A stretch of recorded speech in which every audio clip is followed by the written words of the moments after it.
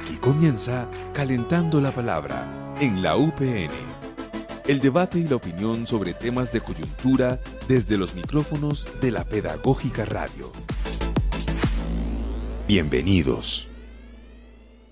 Muy buenos días, damos la bienvenida a toda la audiencia de la Pedagógica Radio, emisora de la Universidad Pedagógica Nacional, que hoy, como todos los martes y todos los jueves, hace este programa Calentando la Palabra, un programa de la franja en vivo de esta emisora universitaria, 9-10 de la mañana, que lo hacemos los martes y los jueves, presentando temas de actualidad, coyunturas políticas, coyunturas geopolíticas internacionales, pero también tratando de dar la discusión sobre la política educativa en el país, tal como es natural en nuestra Universidad Pedagógica Nacional.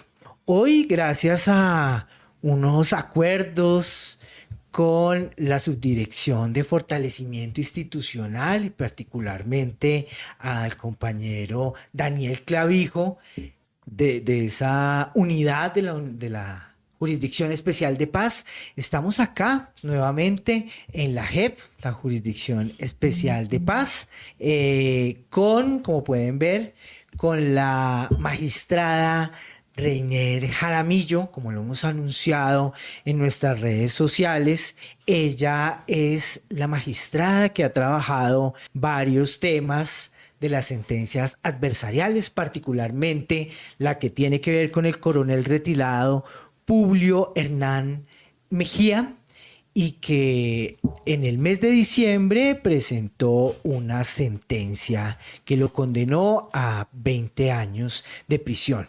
Magistrada Reiner, muy buenos días, bienvenida a Calentar la Palabra. Muy buenos días, Alejandro. Para la Jurisdicción Especial para la Paz y para la suscrita es muy importante estar en este programa de la Universidad Pedagógica porque entendemos que tiene unas finalidades muy importantes y es no solo producir conocimiento, sino informar a la comunidad académica sobre cuáles son los avances en las decisiones judiciales que ha tenido la Jurisdicción Especial para la Paz a partir del mandato que estableció el Acuerdo Final de Paz. En efecto, esa ha sido una preocupación permanente de la Universidad Pedagógica y bueno, y de nosotros como emisora, como medio de comunicación institucional, poder contarles de primera mano con los protagonistas de estas historias cómo se dan estos procesos. Y para nosotros ha sido muy importante en estos 10 años que cumple el Acuerdo de Paz, pues ir también revisando cómo se van dando estos pasos. Les cuento que la magistrada Reiner Jaramillo es abogada, estudió Derecho en la Fundación Universidad Autónoma de Colombia, tiene una especialización en Derecho Público de la Fundación Universitaria Autónoma de Colombia también y una maestría en Investigación Social Interdisciplinaria de la Universidad Distrital Francisco José de Caldas. Ha sido litigante, pero también ha sido alcaldesa local de Sumapaz, una mujer comprometida con la defensa de los derechos humanos. Su trayectoria está ligada básicamente a eso. Entonces, cuéntenos un poco quién es Reiner Jaramillo. Bueno, Alejandro, además de esa presentación que me haces, contar que adicionalmente a los estudios que has planteado, he realizado otros estudios que tienen que ver con procesos de conciliación, pero también con maestrías en derechos humanos y derecho internacional humanitario y derecho operacional, temas fundamentales para el trabajo que realizamos. Bueno, en la carrera profesional he pasado por muchos caminos, entre otros, principal parte que me hace sentir orgullosa es haber sido defensora pública en la Defensoría del Pueblo, defendiendo a las personas de nuestro país de escasos recursos, pero también haber participado en algunas organizaciones de derechos humanos que representábamos a las víctimas frente a casos de violaciones de derechos humanos e infracciones al derecho internacional humanitario. Es decir, dentro de mi proceso de formación y también de trabajo profesional, estuve en la Comisión Colombiana de Juristas, donde desde allí representaba víctimas en un área que se llamaba el litigio estratégico, no solo en el derecho interno, sino en el derecho internacional. Pero además hubo momentos en que en la vida profesional los caminos no están tan trazados. Y en ese proceso de estar trabajando temas de derechos humanos, entre ellos temas de derechos de las mujeres en la ciudad de Bogotá, pensándose la política pública de mujer y géneros, llegué a presentarme a un concurso para ser alcaldesa de la localidad 20 de Sumapaz. Y bueno, haber pasado el examen, la única mujer que pasó el examen en esa época, me permitió llegar a ese cargo. Pero aquí debo poner una cuña. Y llegar a ese cargo, yo siempre digo, es gracias a las luchas históricas de las mujeres, porque las mujeres habían caminado durante mucho tiempo temas de tener igualdad de oportunidades, de poder acceder a cargos públicos en condiciones de igualdad. Y es por eso que existen unas leyes donde se establece claramente que deben, en los cargos directivos, debemos estar las mujeres siempre y cuando superemos las pruebas meritocráticas. Es lo que se conoce como la ley de cuotas. Yo estoy segura que si no hubiera sido por esa ley de cuotas, no habría llegado a ser alcaldesa de Sumapaz. Y quedé como alcaldesa porque en su momento fue la única mujer que pasó el examen. Ok, bueno, una historia, una trayectoria muy importante de la magistrada Reiner Jaramillo, que ahora desde la Jurisdicción Especial de Paz también hace unos aportes muy importantes. Vamos a escuchar la pieza de contexto que preparó nuestro compañero Luis Bautista de la producción de la Pedagógica Radio para que vayamos contextualizando el tema que vamos a desarrollar hoy con la magistrada. Entonces, escuchemos la piecita de contexto y seguimos conversando con la magistrada Reiner Jaramillo. La reciente decisión de la Jurisdicción Especial para la Paz marca un hito en la justicia transicional colombiana. Por primera vez, este tribunal impulsó una sanción ordinaria de 20 años de prisión en el marco de un juicio adversarial transicional al coronel retirado Publio Hernán Mejía Gutiérrez tras hallarlo responsable de crímenes de guerra y de lesa humanidad. Este fallo no solo resuelve la situación jurídica del condenado, sino que también envía un mensaje contundente sobre los alcances, límites y responsabilidades dentro del sistema integral para la paz. El caso se centra en hechos ocurridos entre 2002 y 2003, cuando Mejía Gutiérrez se desempeñaba como comandante del Batallón de Artillería número 2, La Popa, en Valledupar. Durante este periodo, la Unidad de Investigación y Acusación logró probar su responsabilidad en 35 hechos que dejaron al menos 72 víctimas, en su mayoría civiles. Estas personas fueron asesinadas, algunas desaparecidas forzadamente y otras sometidas a tortura para luego ser presentadas ilegítimamente como bajas en combate, en lo que el país ha conocido como falsos positivos. Uno de los elementos más relevantes del fallo es que la JEP determinó que estos crímenes no fueron hechos aislados. Por el contrario, estableció la existencia de un patrón de macrocriminalidad estructurado a partir de un llamado aparato organizado de poder que operó dentro del batallón. Este aparato, según la sentencia, articuló prácticas internas del ejército con alianzas externas, particularmente con estructuras paramilitares como el Frente Mártires del Cesar de las Autodefensas Unidas de Colombia. A partir de esta articulación, se identificaron 3 modalidades de operación criminal. La primera consistía en la colaboración directa con grupos paramilitares, quienes asesinaban civiles o los entregaban a militares para que fueran ejecutados. La segunda modalidad implicaba acciones realizadas directamente por miembros de la fuerza pública, quienes señalaban, retenían y asesinaban civiles. Finalmente, la tercera modalidad incluía graves infracciones al derecho internacional humanitario, como la ejecución de combatientes heridos o la simulación de combates para justificar homicidios. El fallo también profundiza en los mecanismos de encubrimiento. La JEP documentó cómo estas prácticas fueron acompañadas por la manipulación de informes operacionales, investigaciones disciplinarias y procesos judiciales, tanto en la justicia penal militar como en la ordinaria. Esto permitió sostener durante años una narrativa de éxito militar basada en resultados ficticios, al tiempo que se negaba a las víctimas el acceso a la justicia. Desde el punto de vista jurídico, la sentencia es especialmente significativa porque reconoce la responsabilidad del coronel a título de dolo como autor y coautor mediato de delitos como homicidio en persona protegida, tortura y desaparición forzada. Además, estos crímenes fueron calificados como de lesa humanidad y crímenes de guerra, en concordancia con estándares internacionales como el Estatuto de Roma. El carácter adversarial de este juicio también es clave. A diferencia de otros comparecientes que han reconocido verdad y responsabilidad ante la JEP y han accedido a sanciones restaurativas, Mejía Gutiérrez no lo hizo. Por ello, enfrentó un proceso judicial completo, con práctica de pruebas, testimonios y contradicción, que culminó en una sanción ordinaria privativa de la libertad. Esto evidencia que el sistema transicional no solo ofrece beneficios condicionados, sino que también contempla sanciones severas cuando no hay contribución a la verdad. En paralelo, la decisión incorpora un fuerte componente de reparación y garantías de no repetición. Entre las órdenes emitidas, se destaca la revocatoria de condecoraciones otorgadas al condenado, un acto simbólico que cuestiona los incentivos institucionales que en su momento privilegiaron los resultados operacionales medidos en bajas. Asimismo, se ordena la realización de un acto público de perdón por parte de las fuerzas militares en Valledupar con participación de las víctimas. La sentencia también incluye medidas estructurales.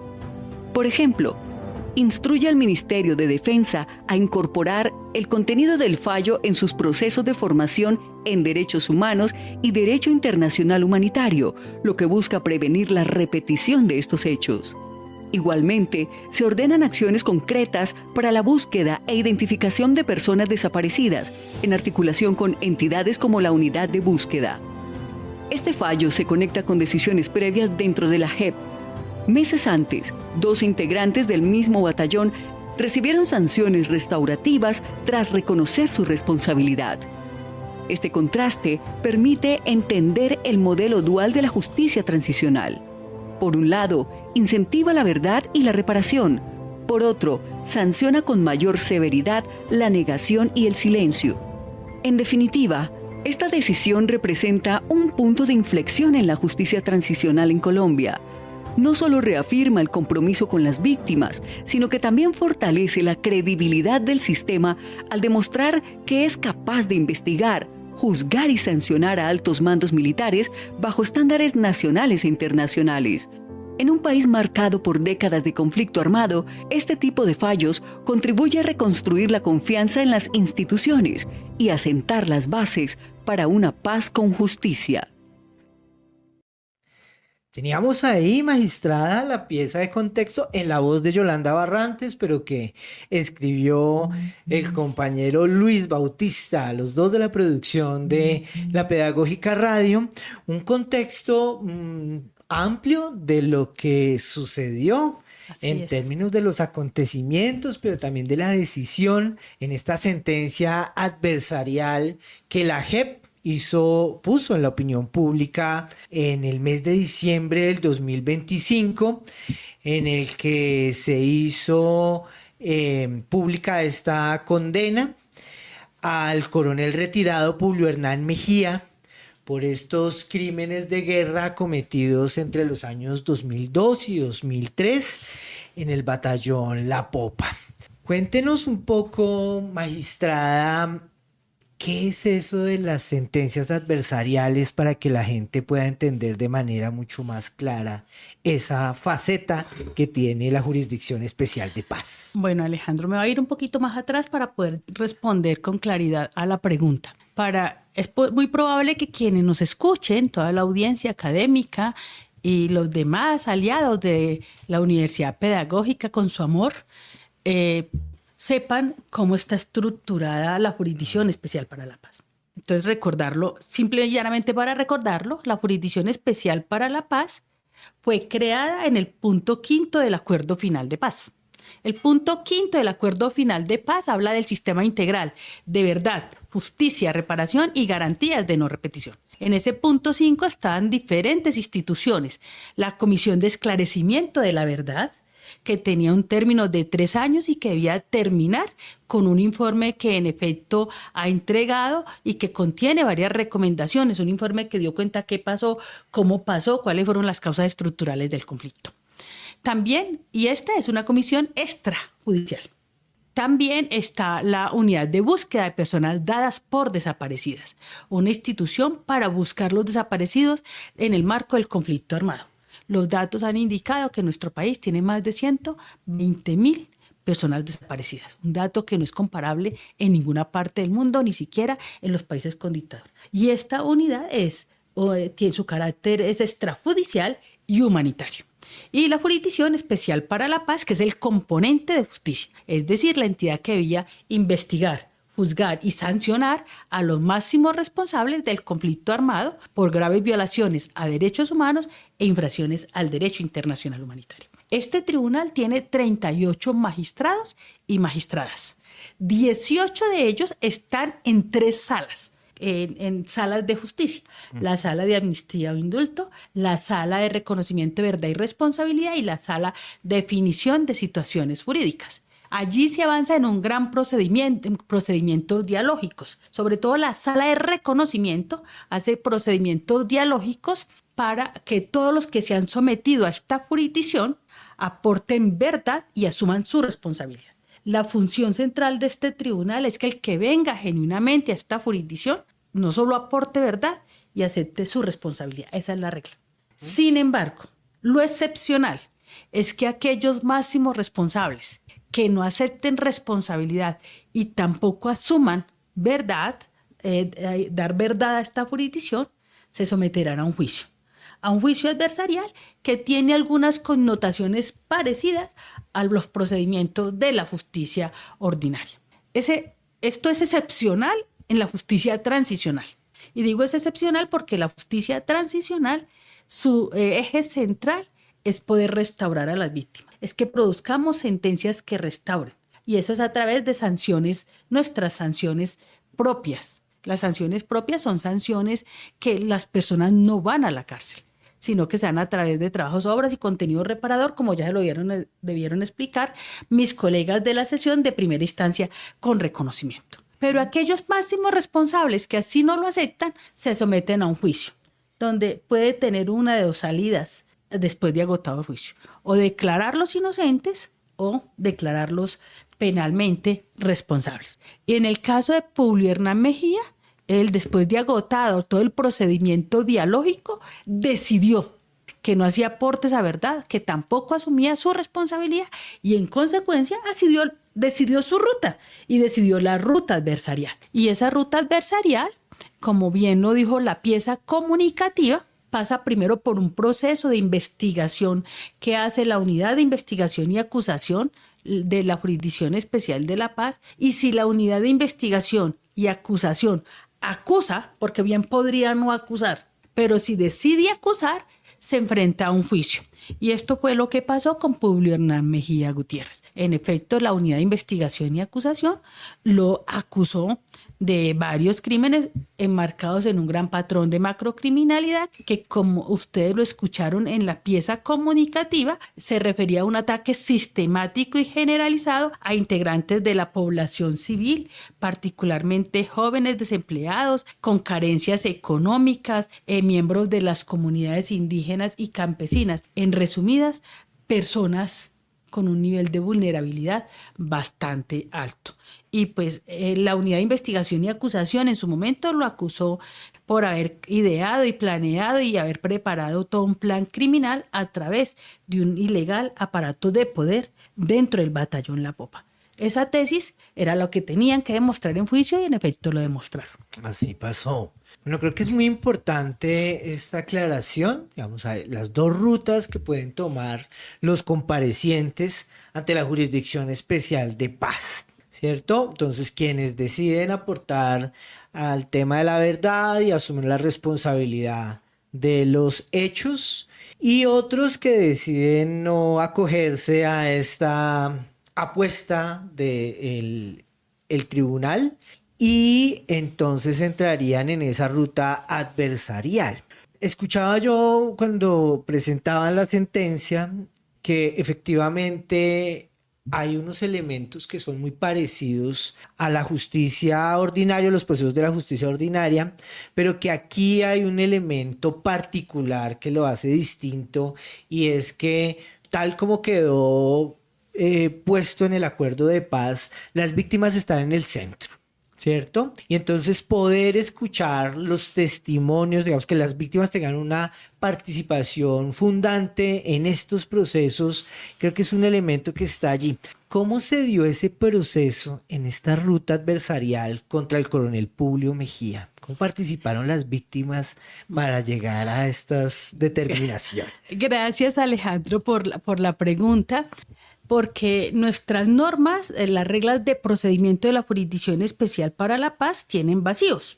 Y que también dicen nuestras normas que cuando hay vacíos se genera una remisión a las normas que rigen los procedimientos de la justicia penal ordinaria.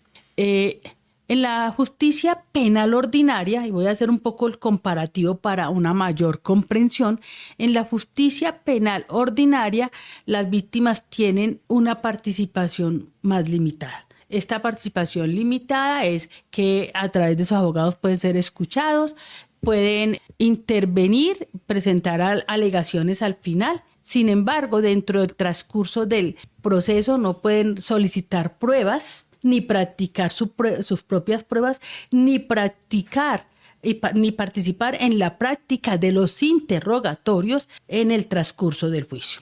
La diferencia que estableció la Jurisdicción Especial para la Paz es que las víctimas, la centralidad de este sistema de justicia transicional, esto debían tener una participación mucho más allá de lo que han avanzado en la justicia ordinaria y en la Corte Penal Internacional.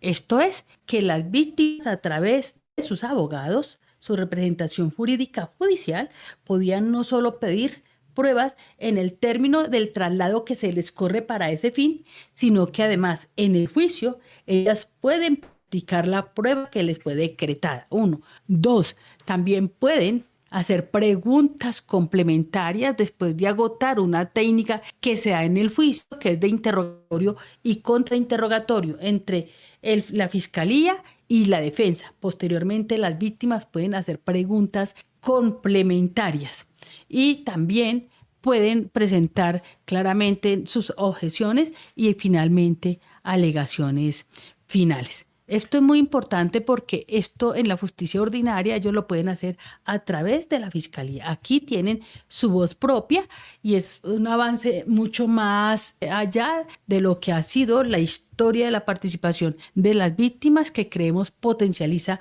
sus derechos. Bueno, hablemos un poquito, bueno, creo que esto es muy importante, ¿no? Digamos como, bueno, puede ser también un saludo a la bandera, decir, no, las víctimas participan, pero poder ¿Cómo dar lo esta materializas? especificación, claro. El tema es cómo materializas el derecho de las víctimas. Y son prácticas que permiten esa materialización de ese derecho.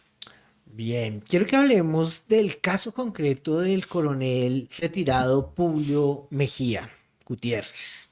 Entonces, digamos, hay un patrón de macrocriminalidad que digamos que es un poco la tesis que planteabas ahorita en términos de la investigación que se hizo. A él se le atribuyen muertes presentadas de manera ilegítima como bajas en combate durante su administración del batallón La Popa en los años 2002-2003, y esto también asociado a otras acciones como una alianza con el Frente Mártires del Cesar o Frente Mártires del Cacique Upar en esa zona del país, en donde pues la investigación da cuenta de personas asesinadas por las Autodefensas Unidas de Colombia en ese frente, también personas que fueron retenidas por ese frente y que fueron entregadas con vida a los miembros del batallón La Popa y que luego aparecieron asesinadas, y personas que fueron señaladas de ser combatientes o colaboradoras de la guerrilla y que también fueron asesinadas o desaparecidas. Y desaparecidas además. Entonces, cuéntenos poco cómo se da este proceso de investigación en el caso de Publio Mejía. Bueno, no sé si se sepa por qué él definitivamente no se acoge a la comparecencia de aporte de verdad y asumir la responsabilidad. Bueno, esa es una respuesta muy complicada, no creo que Sí. no la tenemos nosotros, es una respuesta que la podría tener él. Yo puedo decirle lo que pasó en el juicio. Él decía primero que por honor, que por dignidad, él no aceptaba la responsabilidad porque él no fue responsable de todo esto que se le acusó y que por tanto él iría hasta el final convencido de que es inocente. Y por supuesto, durante todo el juicio y hasta que no esté en firme la sentencia condenatoria, hay que decir que técnicamente él está acompañado, revestido de ese principio de presunción de inocencia. Es decir, ¿qué nos dice la norma? Todas las personas se presumen inocentes hasta que sean judicialmente condenados y esa condena quede ejecutoriada. En el caso de Publio Hernán Mejía, todavía no está ejecutoriada. ¿Qué significa esto? Es la parte posterior. Voy a empezar por el final. Al emitir la sentencia, que en este caso fue una sentencia que lo condenaba a una pena privativa de la libertad de 20 años, que es de la sanción que se llama la sanción ordinaria en nuestras reglas, él tiene un derecho y es el derecho a la doble instancia. ¿Esto qué significa? Que su abogado o él directamente en el ejercicio del derecho material pueden interponer un recurso de apelación, como en efecto lo interpusieron. Y ese recurso de apelación lo resuelve otra instancia distinta de la que tomó la decisión. La decisión fue tomada en la sesión de primera instancia sin reconocimiento. Es decir, nosotros somos la sesión de primera instancia sin reconocimiento. Es decir, que esa sesión no la lidero solamente yo, que somos 5 magistrados y que en cada juicio, de acuerdo como nos hemos organizado internamente, tenemos subsesiones, es decir, equipos de 3 personas. Entonces, esta decisión, si bien es cierto, estuvo a mi cargo, fui la ponente. Esta fue una discusión que pasó por 3 magistrados con sus equipos. Es decir, donde unánimemente tomamos la decisión. Entonces, por supuesto, él hasta ahora sigue con la presunción de inocencia. Y él, eso fue lo que él reclamó siempre, que él era inocente y que él agotaba el juicio hasta sus últimas consecuencias. Y en ese punto es el que estamos. También es un derecho que tienen los que se someten a esta jurisdicción. Como usted lo dijo, Alejandro, muy claramente, eligen la ruta de aportar verdad y asumir responsabilidad en un proceso dialógico y terminar con una sanción propia, que es trabajos y obras con contenido reparador, o eligen la ruta de un juicio adversarial que el riesgo es terminar condenado a una pena de prisión de 20 años. Que en todo caso, y esto es muy importante que quede claro, sigue siendo muy beneficiosa para quienes se someten a esta jurisdicción. Ya es un beneficio, porque en la justicia ordinaria la condena puede ser por el doble, hasta 40 y 60 años, según la magnitud y gravedad de los hechos. Con hechos como estos que aquí investigamos, seguramente en la justicia ordinaria podría ser mucho más alta. De hecho, en el caso de Publio Hernán Mejía Gutiérrez, él en la justicia ordinaria, solo por 2 hechos, había sido condenado casi a 40 años. Pero esa condena no quedó en firme. ¿Y por qué no quedó en firme? Porque él se sometió a la Jurisdicción Especial para la Paz. Y entonces, cuando se someten a esta jurisdicción, la justicia ordinaria tiene que parar todo su procedimiento. Y al no quedar en firme esa decisión, seguía con presunción de inocencia. Aquí todavía sigue estando en ese mismo sentido hasta que nuestra sala de apelación, que hace parte, o sesión de apelación que hace parte del tribunal, no defina el sentido del fallo ya definitivo, es decir, en su cierre jurídico. Aquí hay que decir que para llegar a esta decisión, y es importante que quien nos escucha lo sepa, no estamos investigando el crimen, el hecho a hecho, sino que aquí se investiga la macrocriminalidad. Muchos crímenes que se van conectando. Y esto tiene una metodología de investigación que tiene que ver con eso, con patrones qué fue qué es lo que los hizo comunes, cómo se fue dando, cuáles eran los modus operandi, qué hicieron para que nunca esto se supiera, o mejor, tenían la certeza que nunca se iba a saber. Y para eso, pues el volumen de información que hay que tramitar es mucho, solo a nivel de ejemplo. Este expediente tenía más de 400.000 folios digitales. Ya verán que estudiar 400.000 folios digitales es muy difícil. Más de 300 horas de grabación, más de 35 expedientes judiciales que venían de la justicia ordinaria. Y expedientes 35, un solo expediente tenía 100 cuadernos y un cuaderno tenía 300 folios. Solo imagínense la magnitud del trabajo que había que realizar. Luego, después de hacer todo ese análisis de manera detallada, de todas las pruebas que habían en el expediente, más todos los testimonios que se recibieron en el juicio adversarial, después de tener más de un año en juicio, llegamos a las conclusiones que se presentaron, y es que en efecto era responsable de unos patrones de macrocriminalidad en los términos que lo acusó la Unidad de Investigación y Acusación. Y por supuesto, yo creo que aquí hay un tema muy importante que hay que decir, que estas son sentencias en las que también se materializó el enfoque de género, el enfoque étnico, el enfoque territorial, porque habían víctimas que eran mujeres, víctimas que eran indígenas, campesinos y, como les dije, todas personas vulnerables. Sí, justamente el tema del enfoque diferencial que tuvo este caso en particular, quisiera que habláramos un poquito de ello, ¿no? Fueron afectadas personas de la comunidad cancuama, hubo personas afectadas que en muchos casos mujeres, personas en condición de discapacidad, según entendí también en la lectura de la sentencia. ¿Cómo se da ese enfoque diferencial en un tratamiento judicial como el que se hace acá? Bueno, lo primero es que eso pasa porque los jueces y las juezas nos conozcamos de qué son los enfoques. Porque, entre otras, aquí vuelvo al acuerdo final de paz. El acuerdo final de paz estableció que todas las investigaciones que se hicieran debían partir del enfoque de género, el enfoque étnico, el enfoque territorial, el enfoque diferencial. ¿Por qué enfoque étnico?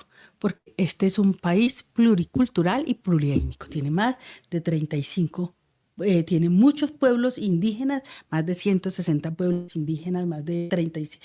Bueno, los datos no los tengo precisos, puedo aquí ser imprecisa, pero tenemos una población bastante alta indígena. También decir que el enfoque territorial es porque la guerra en nuestro país se vivió en los territorios. Y poder entenderlo desde cómo se viven los territorios y el enfoque de género es también las mujeres vivieron los efectos de la guerra de manera diferenciada y desproporcionada.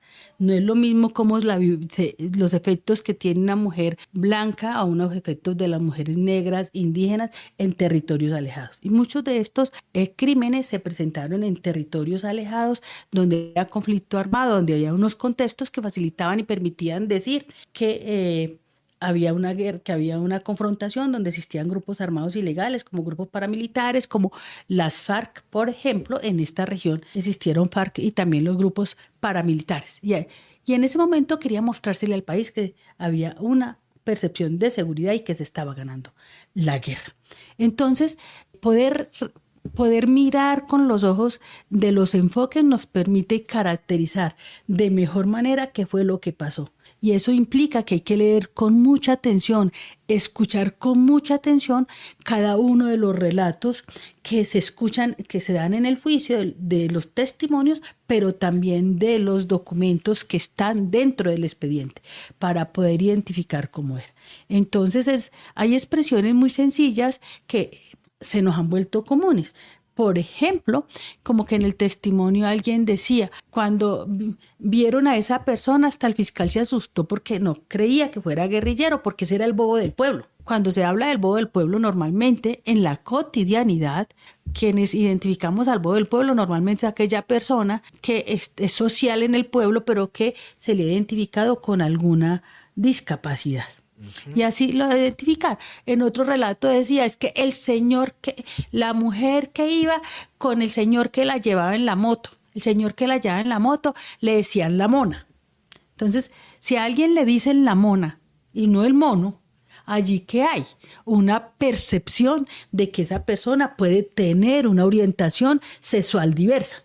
Entonces hay que poder entender y leer con detalle cada cosa que hay allí en el expediente para poder de la mejor manera es decidir en relación y comprender el alcance de los enfoques que se ha planteado desde el Acuerdo Final de Paz y que nos permitan identificar de mejor manera cuáles fueron los daños diferenciados y desproporcionados que sufrieron las diferentes poblaciones. Bien, eso es muy importante, ¿no? En términos también de darle la relevancia a la manera como las acciones de victimización sobre poblaciones particulares, sobre las mujeres, sobre los niños y niñas, sobre las comunidades indígenas, comunidades afro, pues están ahí latentes y digamos que nuestro conflicto pues da cuenta de una cantidad de trayectorias en este nivel. Hay algo que me parece importante acá y es, bueno, volviendo un poco a la ruta, ¿no? A la ruta adversarial. ¿Qué significa para el país, para la Jurisdicción Especial de Paz también en su accionar esta decisión o este tema, esta sentencia adversarial contra un militar? En términos también de lo que se ha pronunciado, en términos de la naturaleza misma de la JEP, ¿sí? De decir, bueno, en la ruta del reconocimiento de la verdad y la responsabilidad, pues digamos que la justicia transicional también está adherida a procesos de justicia restaurativa. ¿Sí? Y esta decisión, digamos, ya de una condena a 20 años de privación de la libertad, ¿cómo se entiende qué mensaje está dando la Jurisdicción Especial de Paz con esta sentencia? Primero yo quiero decirles que la Corte Constitucional dijo que emitir sentencias condenatorias, hacer juicios adversariales, era como una tarea residual para esta Jurisdicción Especial para la Paz. Porque lo que se espera es que quienes estén sometidos a esta jurisdicción de manera genuina aporten verdad y también asuman su responsabilidad, pero sobre todo que aporten verdad. Una cosa central que a las víctimas requieren y que el país requiere es que le cuenten qué pasó. ¿Por qué pasó? Que me cuenten cómo estuvo él las últimas horas, dónde está su cuerpo. Eso es lo que nos siguen reclamando. Para las víctimas, la condena no es lo fundamental. Y claro, es una condena que producto de una de las rutas que un compareciente escogió, ¿sí? Sin embargo, yo creo que en la lógica de la justicia transicional, pues no deberíamos emitir muchas condenas de este tipo. Deberían ser muy excepcionales. Yo espero que así sea, que todos vengan genuinamente a aportar verdad y a asumir su responsabilidad. Pero cuando me preguntas qué significa, es una forma de decirle a las víctimas, ustedes tenían razón. Ustedes cuando en su momento denunciaron que les pasó estas violaciones a derechos humanos, que la fuerza pública, que miembros de la fuerza pública le cometieron tales violaciones frente a sus familiares queridos, desapariciones forzadas, asesinatos a sus hijos o familiares a quienes hicieron pasar como guerrilleros cuando no lo eran, que han muerto en combates cuando no lo eran, para ellos sentir que tenían la razón, que era verdad lo que habían denunciado, es muy importante. Y ese es un paso para superar la impunidad. Este tribunal y esta Jurisdicción Especial para la Paz, una de sus tareas centrales es contribuir a superar la impunidad. Yo creo que esta sentencia contribuye a eso, a superar la impunidad. Pero también debo decir que cuando notificamos esta sentencia a las víctimas, que como ustedes bien dijeron son 72 víctimas, a todas las familiares, a los familiares de las víctimas aquí reconocidas durante el juicio, ellas no estaban contentas con la condena en sí misma. Ellas seguían reclamando más verdad, que dónde están los cuerpos, ¿sí? Ellas recibieron con buen juicio y tal vez con mayor satisfacción el que esta decisión pudiese cumplir una función restaurativa. Porque cumple una función retributiva, que es que el máximo responsable vaya a la cárcel por 20 años. pero también tomamos unas decisiones que puedan restaurar. Y es que mucho de lo que dijimos en esta sentencia, de qué no se debe volver a hacer, sea parte de un documento de estudio en derechos humanos en las fuerzas militares. Ellos tienen dirección de derechos humanos, tienen formación en derechos humanos. Hemos dicho, estas decisiones tienen que contribuir a cambiar la mentalidad y a que se tenga claro que la fuerza pública está institucionalizada para garantizar la vida y honra de los ciudadanos, para contribuir a cuidarlos y no lo contrario. Que esto que pasó no queremos que vuelva a pasar. Entonces, esas medidas restaurativas van encaminadas a garantizar la no repetición. Con respecto a eso, entonces también, digamos, la sentencia da unas órdenes, unos mandatos a otras instituciones, ¿cierto? Va dirigido a la unidad de búsqueda, a la unidad de víctimas, también que este capítulo, que parte de esta sentencia sea conocida en los cursos justamente de derechos humanos que se dan a las fuerzas militares y demás. Estos elementos un poco más colectivos y de responsabilidad del Estado en términos colectivos de esto, ya no solamente lo que le corresponde al coronel retirado Publio Mejía, sino lo corresponde al Estado y a las instituciones del Estado en términos de la reparación de las víctimas. ¿Cómo se llega a esto? ¿Cuáles son finalmente esos resultados también que emite la sentencia? Claro, en las hojas de vida de los militares y particularmente en la hoja de vida del coronel retirado Publio Hernán Mejía, pues tenía felicitaciones, tenía condecoraciones, unas felicitaciones por unos grandes resultados operacionales donde en su momento se consideró que eran los mejores resultados porque habían tenido operaciones legítimas. Lo que queda demostrado en todo el juicio es que eso no fue así. Y si eso no fue así, pues las condecoraciones no deberían existir. Por el contrario, lo que está existiendo es una sanción. Entonces creemos que una sanción adicional es retirarle porque no se corresponde. No parece lógico y no parecía lógico en las discusiones que dio los magistrados del tribunal, que dimos con mis colegas, que lo condenáramos porque consideramos que su actuación no fue pasiva ni marginal, sino que fue dolosa, que la lideró, pero que además que Publio Hernán Mejía Gutiérrez no era un hombre solo por allá, sino que él hace parte de toda una institucionalidad que se llama la fuerza pública del país, que hace parte del Ministerio de Defensa. Y entonces habría que pedirle al Ministerio de Defensa que por favor hiciera todos los trámites administrativos para que retirara esas felicitaciones y condecoraciones, porque no se correspondía con la realidad. Y eso era lo que había quedado probado en la decisión judicial. Es por eso que eso. Además, identificamos que muchas de las víctimas que estaban reconocidas dentro del expediente judicial no estaban en el registro único de víctimas. Y esa es una responsabilidad también del Estado y así lo planteó el Acuerdo Final de Paz. El órgano encargado de las reparaciones en sus diferentes modalidades para con las víctimas es la unidad de víctimas. Entonces, pero para que una víctima pueda ser reparada, tiene que hacer parte del registro. Entonces, dimos una orden judicial en ese sentido. Pero además, el derecho que nos reclaman las víctimas es ¿qué pasó con mi familiar?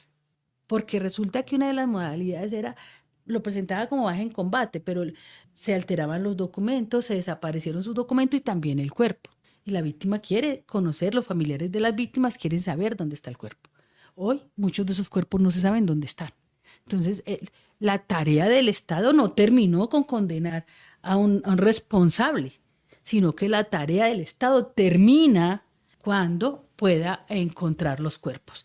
¿Y quién es la entidad que tiene el mandato de continuar con esa búsqueda? La unidad de búsqueda de personas dadas por desaparecidas. Es por eso que en el marco de esta sentencia también se le requiere a la unidad de búsqueda de personas dadas por desaparecidas para que contribuya en esa búsqueda de esas personas que siguen desaparecidas en el marco de esta decisión judicial. Eso en términos de la sentencia y de esa responsabilidad colectiva que se asume como Estado también a nivel de la responsabilidad sobre este caso en particular. Magistrada, yo creo que a 10 años de la firma del acuerdo de paz, digamos, situaciones como esta, o sentencias como esta, la articulación entre todo el sistema integral de justicia, verdad, reparación, no repetición, va dando sus pasos, ¿no? Pese a que hay todavía en el discurso, en las mentalidades colectivas, cierta incredulidad en lo firmado, en lo pactado con las FARC y que da como resultado instancias como la Jurisdicción Especial de Paz. Gente que quisiera en este momento reformular los acuerdos con la paz o incluso desconocerlos. Hay campañas políticas que incluso han manifestado su desacuerdo justamente, particularmente con la Jurisdicción Especial de Paz. ¿Qué habría que decirle a esa sociedad que está también a puertas de unas elecciones presidenciales que definitivamente están mostrando que en este momento particular de la historia del país hay en disputa por lo menos dos modelos de sociedad muy claros acá? Y no en términos de lo político, porque seguramente la comprometo un montón y eso no está Así bien, es, sí. pero sí en términos de, bueno, del accionar suyo como mujer, como magistrada, como persona que se ha dedicado a la defensa de los derechos humanos, a contribuir a este país, pues digamos en este momento en que las tensiones políticas están también dando una pauta. ¿Qué decirle a partir de esta decisión y estas acciones que ha desarrollado la Jurisdicción Especial de Paz? Bueno, yo quiero nuevamente ratificarle al país y a todos los que nos escuchan que esta institución, la Jurisdicción Especial para la Paz, fue creada en virtud de un acuerdo final de paz. Que ese acuerdo final de paz, en alguno de sus puntos, fue ratificado a través de unas normas y unos actos legislativos, que son las reformas a la Constitución. Que todo este proceso de juzgamiento que tenemos aquí está incorporado en el acto legislativo número 1 de 2017 de la Constitución. Es decir, que ya no es un mandato solo del Acuerdo Final de Paz, sino que es un mandato constitucional.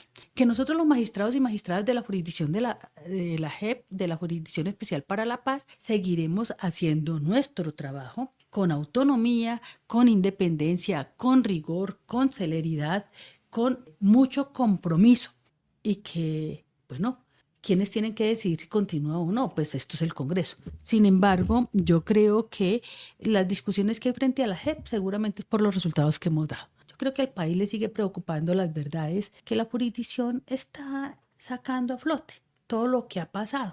Tal vez no a todo el mundo le satisface, pero ustedes y muchos en el país han visto que no ha sido tan fácil avanzar rápidamente. Porque hablar de macrocriminalidad, hacer grandes investigaciones como la de retenciones ilegales, secuestros, que fue más de 21.000 secuestros en un solo caso, como el de falsos positivos, que un macro caso hemos identificado más de 6.402, que esta cifra no es menor, 6.402. Y me atrevo a decir que con todas las investigaciones que tenemos adentro, esa cifra puede ser mayor. Y que lo que estamos mostrando son apenas una parte de quiénes son esos máximos responsables. Seguramente no es todo lo que las víctimas quisieran.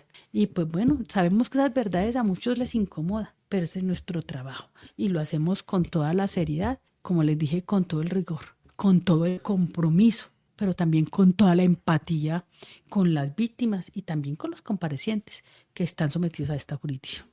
Yo quiero agradecerle, magistrada Reynera Jaramillo, por estos minutos para la Pedagógica Radio, para la audiencia de esta emisora universitaria. Seguramente hay muchos maestros, maestras, estudiantes, trabajadores y gente que además escucha este programa habitualmente, muy pendiente de todo esto que hemos comentado acá. Ha sido pues muy iluminador, digamos, todo lo que nos ha contado acá y seguramente para aclarar muchas dudas frente a lo que significa una sentencia adversarial, sobre lo que pasó en esta historia del coronel Publio Mejía y el batallón La Popa en estos años complejos de esta situación. Finalmente, magistrada, una pregunta para responder de manera muy corta. ¿En qué va el proceso?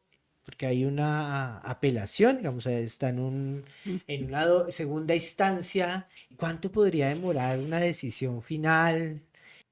¿Qué podemos esperar acá de este juicio, de esta sentencia? Esa es la pregunta que esperaba que no me hiciera, Alejandro.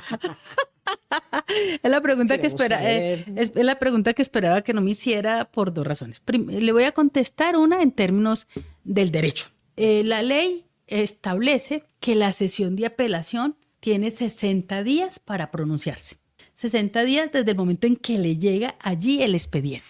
El expediente llegó a la apelación hasta el mes de marzo, como el 19 de marzo. ¿Por qué? Porque después de que salió la decisión en diciembre, venían todos los procesos de notificación con pertinencia étnica y todos los términos que tenían las partes, particularmente la defensa y los demás intervinientes, para presentar los recursos, el recurso de apelación para unos, y para los que no apelaron, pronunciarse técnicamente en lo que se llama los no recurrentes, pronunciarse sobre la apelación que hizo la defensa. Todos esos tiempos corrieron y se fue casi hasta marzo, y solo el mes de marzo la sentencia llegó a apelación para que pueda resolver ese recurso que interpuso la defensa. A partir de ahí, teóricamente, y digo, escúchese, teóricamente tiene 60 días, pero esto puede ser un poco más, entendiendo que la sesión de apelación, al igual que todas las demás sesiones del tribunal, solo son 5 magistrados con muy pocos equipos de gente también, y fuera de eso muchísimo trabajo, porque muchas de las decisiones que toma la jurisdicción,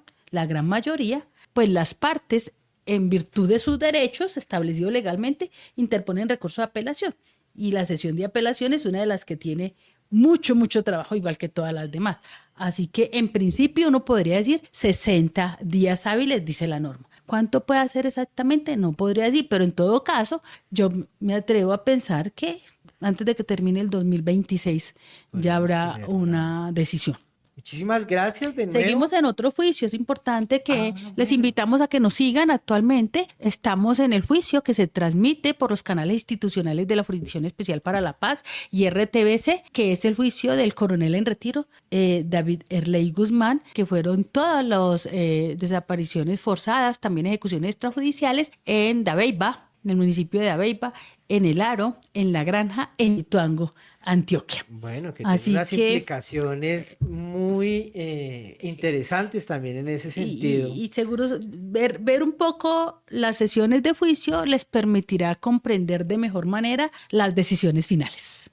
Nuevamente agradecer a la magistrada Reiner Jaramillo, pero también agradecer al compañero Daniel Clavijo de la Subdirección de Fortalecimiento Institucional de la Jurisdicción Especial de Paz, que hace posible que los micrófonos de la Pedagógica Radio y este maravilloso equipo pueda estar acá en el despacho de la magistrada y teniendo estas entrevistas con todos ustedes. El equipo de la Pedagógica Radio, Duan Cárdenas, que está acá haciendo los videos, el registro fotográfico y demás, muy pendiente de todo, a Luis Bautista, que está en la producción de este programa de radio, a Yolanda Barrantes, que también es productora de la Pedagógica Radio y que hace algunos de estos programas, y a Mario Enríquez en los controles, allá haciendo todo el apoyo técnico para que este programa llegue a sus pantallas, pero también a sus oídos. A la Subdirección de Recursos Educativos, a Lady Jiménez, que está acá con nosotros, a todo ese equipo maravilloso también, y a nuestra subdirectora, por supuesto, Alicia Vargas. Un abrazo para todos y todas. Seguimos escuchándonos, sigamos calentando la palabra. Un abrazo para usted también, maestra. Gracias a todos ustedes por escucharnos, y hay que seguir calentando la palabra y el pensamiento.